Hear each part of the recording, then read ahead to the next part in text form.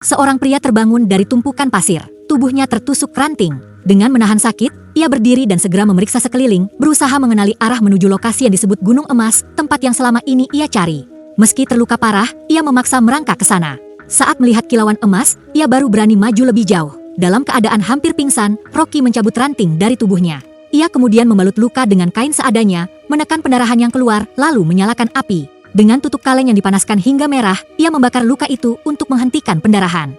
Rasa sakitnya luar biasa hingga ia sempat pingsan. Di tengah kesadarannya yang mengabur, Rocky mulai berhalusinasi. Ia melihat wanita yang pernah ia singkirkan muncul lagi. Kadang wanita itu tampak memberi minum padanya, lalu berubah menjadi sosok jahat yang mengerikan.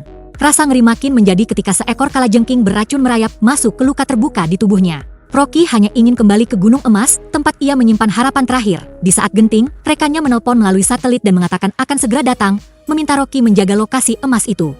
Percaya ucapan rekannya, dia lalu memaksakan diri sampai ke Gunung Emas. Namun wanita yang ia lihat di halusinasi itu terus muncul, berkata dengan kata-kata aneh yang membuatnya kebingungan dan ketakutan. Saat ia tertidur, wanita itu menyalakan api unggun untuk mengusir hewan buas agar tubuhnya tidak diganggu. Dalam keadaan lemah, Rocky kembali menghubungi rekannya yang lagi-lagi berjanji akan segera tiba.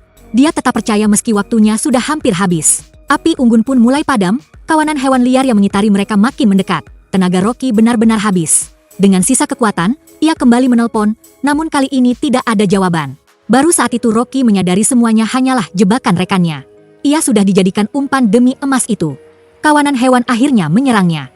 Rocky hanya bisa memandang gunung emas di kejauhan sebelum segalanya berakhir. Dari kejauhan, rekannya terlihat mengamati lewat teropong. Puntung rokok dan kaleng-kaleng berserakan jadi bukti bahwa ia sudah menunggu berhari-hari.